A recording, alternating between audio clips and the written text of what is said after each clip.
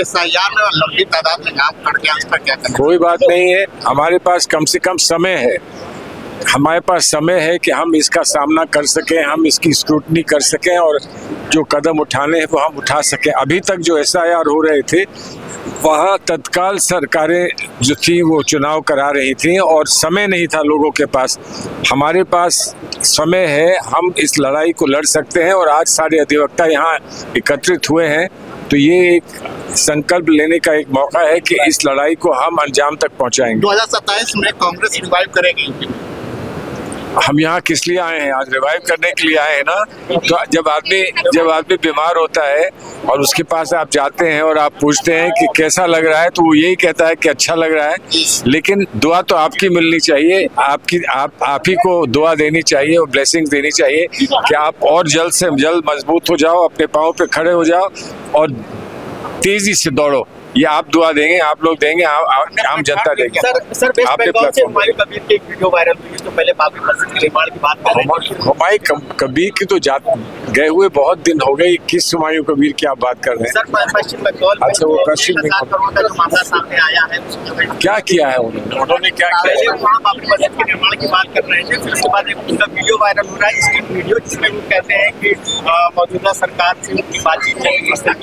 देखिए, राजनीति जो करता है, जो धर्म के साथ राजनीति करता है, उसका क्या अंजाम होगा उस पर मैं क्या कहूँगा। लेकिन अगर किसी को आस्था है और किसी को अपने धर्म पर सही रास्ते पर, धर्म के सही रास्ते पर चलना है, तो उसको वो करना चाहिए। इसको राजनीति को इसमें नहीं लाना चाहिए। और राजनीति में धर्म को लाकर आप कोई किसी का कल्याण नहीं करेंगे, समाज का कोई फायदा नहीं करेंगे। अब वो जो सही समझते हैं वो करें, लेकिन मैं नहीं समझता हूँ कि ये सही बात है कि आप धर्म को राजनीति में ले आए। Thank you sir. आज अभी हो जाने दीजिए, अभी तो कार्यक्रम चल ही रहा है।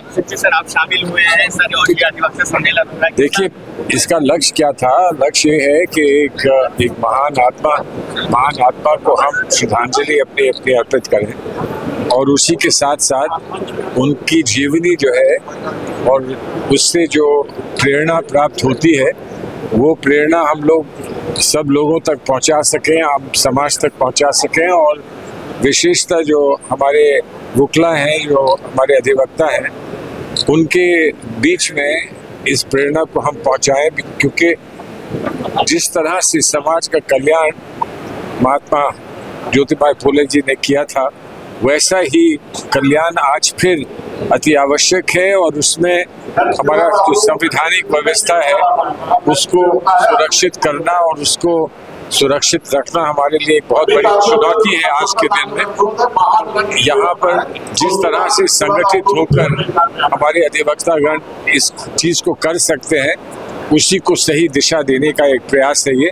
और मैं उम्मीद करूंगा कि इतनी बड़ी संख्या में लोग यहाँ आए हैं, इसमें हम लोगों को सफलता प्राप्त होगी। 5 राज्यों में जो चुनाव हो रहा है उसमें जिस तरह से भाषा शैली का इस्तेमाल हो रहा है, खुद सीएम जिस तरह की भाषा शैली है उस पर आप क्या कहेंगे? उस पर ये कहेंगे कि जनता को समझना चाहिए कि जनता का क्या अधिकार बनता है और जनता को कैसी व्यवस्था चाहिए।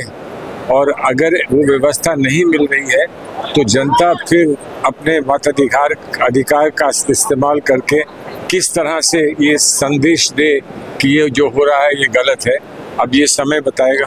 सर SIR में पाकिस्तान के अंदर जो बैठक हो रही है, मध्यस्थता हो रही है, जिसमें ईरान शामिल हुआ है, देखिए, हम क्या कर सकते हैं? वहाँ हो रहा है तो इसलिए हो रहा है कि भारत सरकार ने इसमें अगुवाई नहीं की, भारत सरकार ने कोई कदम नहीं उठाया। भारत सरकार ने जो हमारी क्षमता है या जो हमारा अस्तित्व है, विश्व भर में हमारा अस्तित्व है और रहा है, वर्षों से रहा है, उसका सही उपयोग नहीं किया। अपनी कूटनीति और अपने विदेश नीति का सही उपयोग नहीं किया। और इसलिए वो लोग जिनका कहीं भी विश्व शांति से कोई लगाव नहीं है, वो आज अपने आप को बीच में बैठाकर मध्यस्थता कर रहे हैं और कह रहे हैं कि हम शांति दूत बनेंगे। तो उस पर अब क्या कहा जा सकता है?